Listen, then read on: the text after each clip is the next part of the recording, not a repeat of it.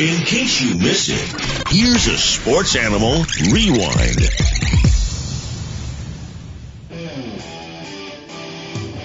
Let's talk college football. It's time for the Sports Page Summer of College Football, presented by Buddy Gregg RVs and Motorhomes, our daily preview of teams and conferences around the country for the upcoming college football season. Find Buddy Gregg RVs and Motorhomes on their Facebook page, their website at buddygregg.com, and follow them on Twitter at Buddy Gregg RVs. Now let's take a look at the Texas A&M Aggies.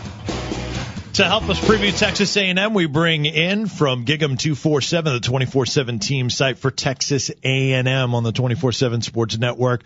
Aubrey Bloom joins us here on the News Sentinel Sports Page. Hey, Aubrey, Vince, and Brendan here in Knoxville. How you doing, Aubrey?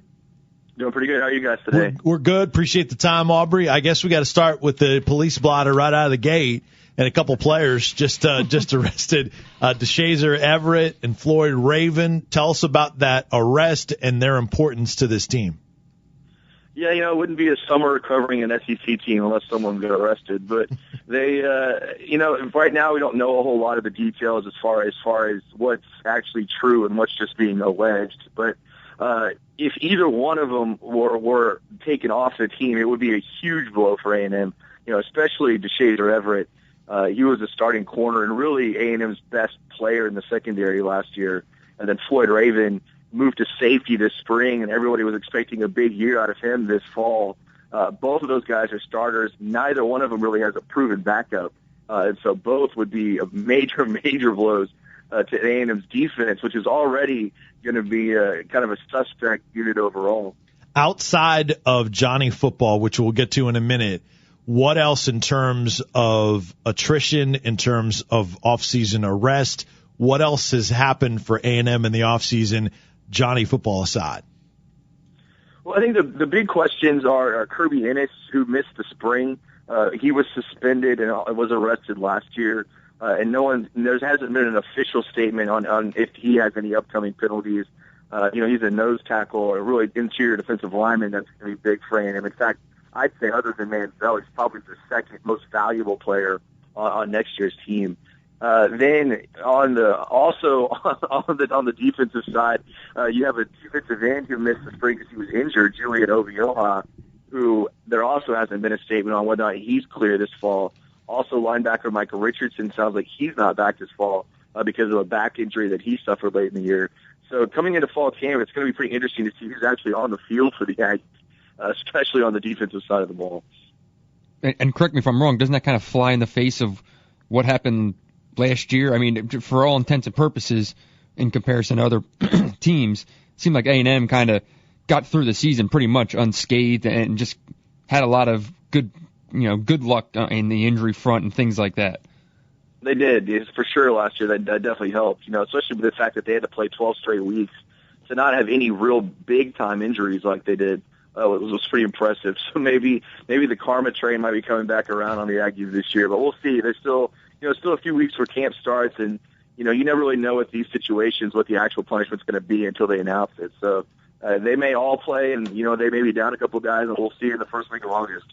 Joined by Aubrey Bloom. You can find his work on Twitter. It's at Aubrey, Aubrey Bloom. 247 on Twitter, part of the 24/7 Sports Network for our Texas A&M preview today in our Sports Page Summer of College Football. Before we get to Johnny Football, let's sort of finish off that defense. Take us through what's important, who some of the standouts are there, and where more of the questions are that you haven't mentioned about that defense. Yeah, I think the big group in that unit is the secondary, again, if they're all together. In the spring, they were really good. You've got really 4 returning starters in the secondary, only 3.5. Dustin Harris left, but A&M was in the nickel most of the time anyway. So you've got experience there, which A&M hasn't had in a long time. You've got some real playmakers there. Howard Matthews was a guy who not a lot of people knew coming into last season, but by the end of the year, he was making some of A&M's biggest defensive plays. He forced an interception against Alabama, had some big plays in the Cotton Bowl, and he's a guy that people are really looking for to have a big year. Like I said, Floyd Raven is a guy who's really set. He's one of the better athletes on the team. He's been playing corner for a couple of years, which isn't really his best position. He struggled a little bit there, but he moved to safety this year, and he's looked really good there. So if that unit is whole, it's probably going to be A&M's best secondary that they've had in quite some time. The big concern is obviously the front seven. They graduated a bunch of guys out of that group and really have no one with a lot of experience coming in. So it's going to be interesting to watch those guys in the fall. They have a new middle linebacker, new weak side linebacker. All four defensive lineman positions could be new depending on if Obiowa is healthy. And so that's going to be the group that everyone's watching in fall, is to see, what they can cobble together there in the front seven. I mean, just how much of a concern, you mentioned the linebacker spot. From what I know, it's like 6 of 8, I think, are being filled by players who didn't make a tackle last year. But, I mean, what is the talent level? Are these, is it 4 stars coming in? Who's filling these gaps? They do have a lot of talented guys coming in. Tommy Sanders is a JUCO guy that's probably going to start a linebacker. And Donnie Baggs did play some last year. But when you have a senior linebacker like Jonathan Stewart, he's not going to get a whole lot of reps. So, those guys I don't think are the biggest concern, the linebackers. Sanders is a really talented guy, a guy that a lot of schools recruited out of the JUCO ranks, and I think he'll be fine. He was here in the spring, so that's going to help them out a little bit. And they have some really talented linebackers coming in. Some of the 4-star guys people have talked about, some more JUCO guys, some midterm guys that are going to help them out. But the big question, the real big concern is defensive line, because they have 3 big guys coming in, Carrick Huggins, Isaiah Golden, and Justin Manning with the big recruits they got. Justin Manning and Golden were both national top 50 players, guys that everybody wanted. But you have a hard time starting true freshmen on the defensive line, so it's going to be interesting to see how quickly those guys get in the mix. But from the reports we've heard this offseason, those guys are already physically as good as anyone out there. So, and if they have a couple freshmen on the defensive line fairly early on. Joined by Aubrey Bloom from Gig'em 247, talking about Texas A&M, our focus today in our Sports Page Summer of College Football. Let's hop over and talk about the offense with Johnny Football. How much of a concern is Johnny off the field for this Texas A&M team and their success this year? Well, everyone we've talked to around here says it's not an issue. They're used to. Well, what a lot of people outside A&M don't know is that he's always been kind of an adventure off the field. It's just that now people pay attention to it. So the team has always known that it's kind of who he was, and for them it's not a concern. Everyone we've talked to, talks about how when it's time to get down to business, he's the most serious guy on the team, and they know that he's their leader, he's the team, especially on offense. And the way the players around here talk and their coaches and everything, they sound like they're not very concerned about it. Is the fact that he that he's not taking any classes, or he's doing the online classes thing, is there any sort of potential for a step back for Johnny Football, whether it's because of animosity or whether it's because defenses figure him out? What's your expectation for what this season might be for Johnny Manziel?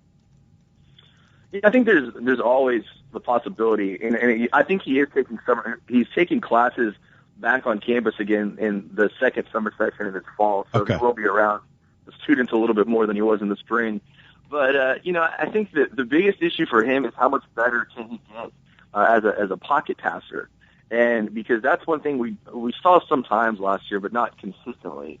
And I think that's the big question. If he can get to where those little 5-yard slant routes and things like that have been so effective for teams like Texas Tech and Houston that have run this offense, if he can get where he's as good at those kind of passes as Kingsbury was at Tech or Case Keenum was at Houston, and I think he could have an even bigger year than he did last year.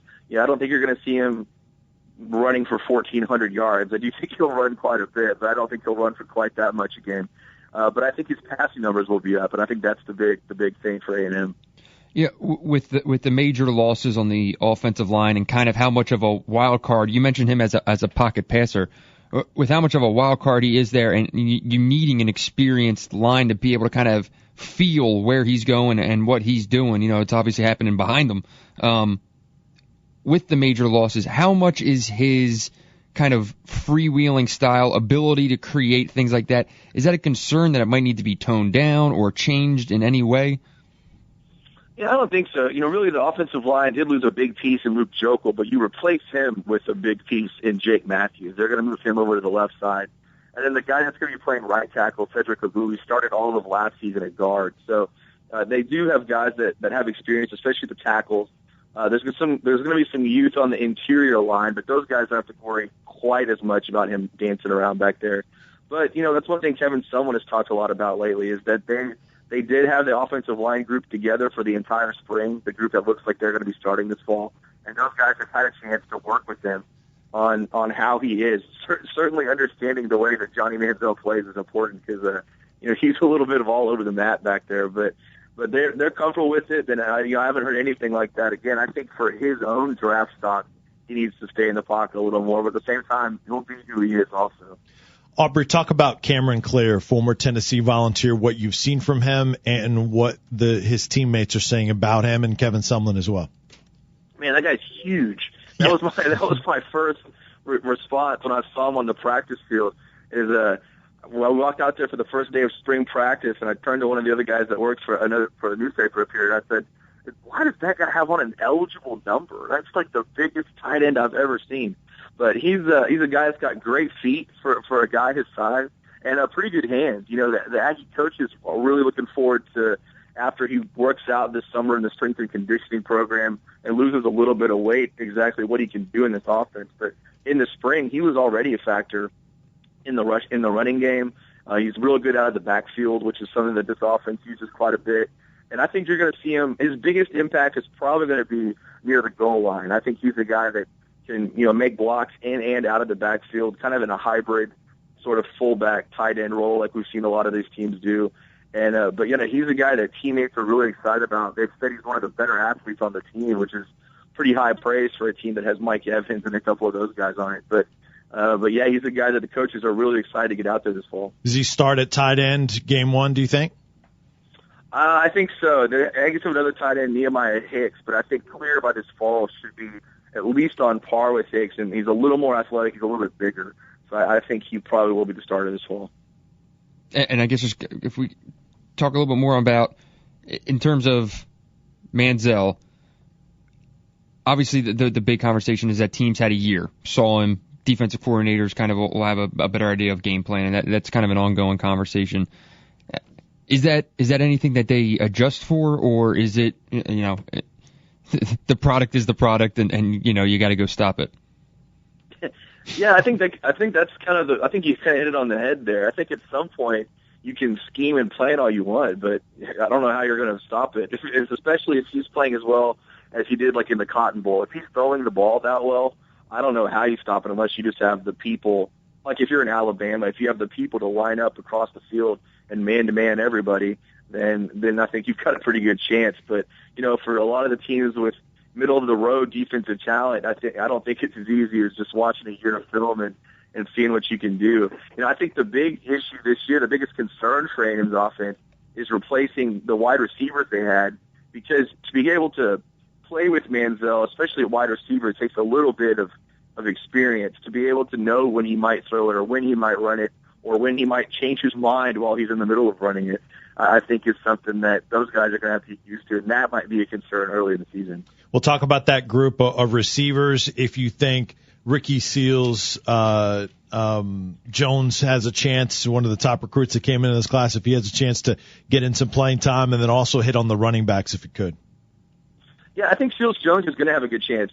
He's going to be battling with a couple of the guys. That's the issue. A&M brought about 5 guys that are like 6'4", 6'5", and one of them, Jaquay Williams, was here in the spring, so I think he's going to be at an advantage. In fact, I wouldn't be surprised if Jaquay Williams is starting opposite Mike Evans on the outside. But Seals Jones is going to get some reps. He's a 6'5" guy with 4.5 speed, so he doesn't have breakaway speed, but he's big enough that he doesn't necessarily need it. And I think those guys are definitely going to play. The one that really is probably going to play are the 2 slot guys, Sebastian LaRue and Laquivionte Gonzalez, because A&M lost a lot of people in the slot. And I think those 2 are probably going to have probably an even bigger impact on the offense this fall just because of their athleticism out of the slot. And quickly, but as for the what was that? No, go ahead. You're going to hit on the running backs. I'm sorry.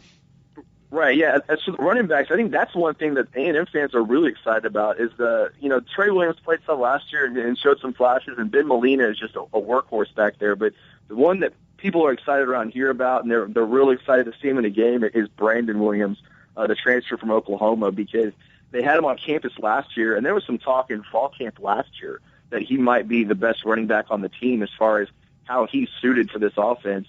But the NCAA ruled him ineligible. So now a year later, the talk is still there, and he's a guy that can play in the backfield. He can play in the slot. He's a bit of a taller, kind of a TJ Yeldon look about him. He's kind of about 6 foot, 6'1", and he can make some plays in multiple positions. So that's a guy that the coaches are really looking forward to having. And if you could just touch on special teams.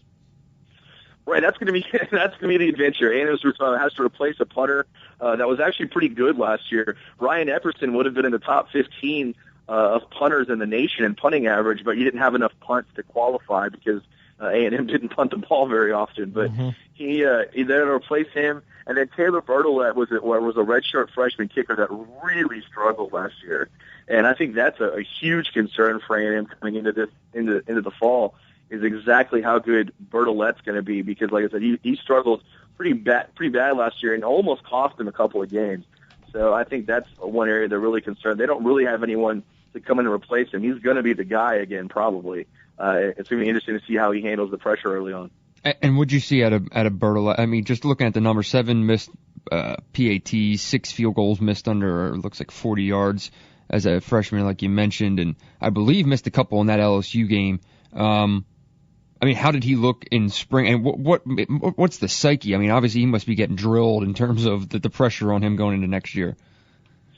Yeah, in the spring he did look good. He missed a couple of field goals in one of the scrimmages, but it was pretty windy. But for the most part, he looked good. They have a new special teams coach this year, Jeff Banks.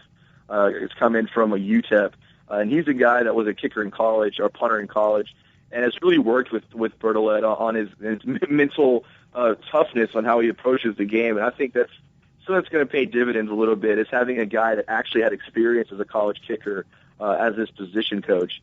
But yeah, and that's one thing with kickers, you never really know until it's game time. They can make 90 straight in practice, but when the pressure's on and there's 5 seconds left, that's when you really find out. So I will say I don't think there's any A&M fan that if the game was tied and there's 3 seconds to go, that would feel confident in Taylor Bertolette kicking a field goal. And that's something that he's going to have to get over and deal with before they're going to be truly have a championship season, if that's what they want to have. Aubrey, last couple things quickly with you. Texas A&M is one of the few teams that has co-coordinators on both sides of the football.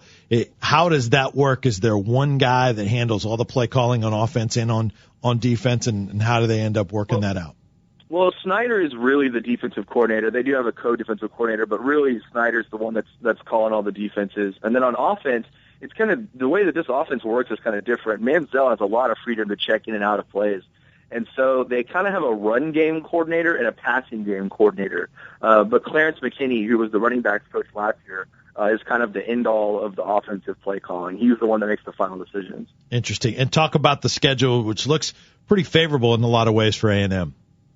Yeah, it really does. A&M really got lucky with their schedule. They play 8 home games, and they only have 4 road games. And 2 of those road games are the places that they've been recently. They play at Ole Miss, which they played at last year, and then they play Arkansas, which is a school they've played every year. So anyway, but the schedule works out real well if they can get past that early season game. Week 3, they get Alabama here in College Station, and if they can somehow win that game, then the schedule definitely lines up for a big run for A&M, and that's part of why people around here are so excited. I don't think anybody thinks that if A&M had to play, Florida, South Carolina, the whole murderer's row that they'd be able to hold up. But they draw out of the East. They draw Missouri and Vanderbilt, which Vanderbilt's good, but they're not Georgia. And then and they play Alabama early in the year. So it's going to be interesting if they can get past that one somehow and see the expectations around here are already high, and it might get pretty crazy around these parts. Learn more about Texas A&M. They're getting it done in recruiting as well, in addition to on the field. You can get all that on the 24/7 Sports Network, the Texas A&M site. It's Gigem, Gigem 247, Aubrey Bloom 247 on Twitter as well. Aubrey, thanks so much for your insights and your opinions. We really appreciate it. Have a great rest of the summer, sir. Sounds good. Anytime.